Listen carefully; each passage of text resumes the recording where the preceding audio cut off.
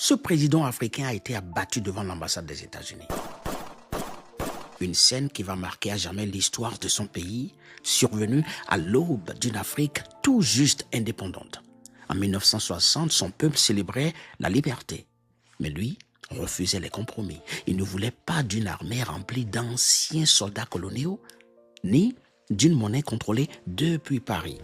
Son rêve, une Afrique souveraine jusqu'à sa dernière pièce de monnaie. Mais il avait un problème. Ce rêve dérangeait. Dans la nuit du 12 au 13 janvier 1963, des soldats encerclent sa maison. Il s'enfuit dans les rues silencieuses de la capitale, cherchant refuge à l'ambassade américaine.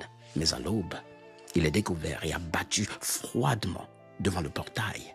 C'est ce que les médias raconteront plus tard. L'Afrique indépendante venait de perdre son premier chef d'État et beaucoup accuseront la main invisible de la France. Car ce président voulait créer sa propre monnaie, sortir du franc CFA et briser le cordon colonial.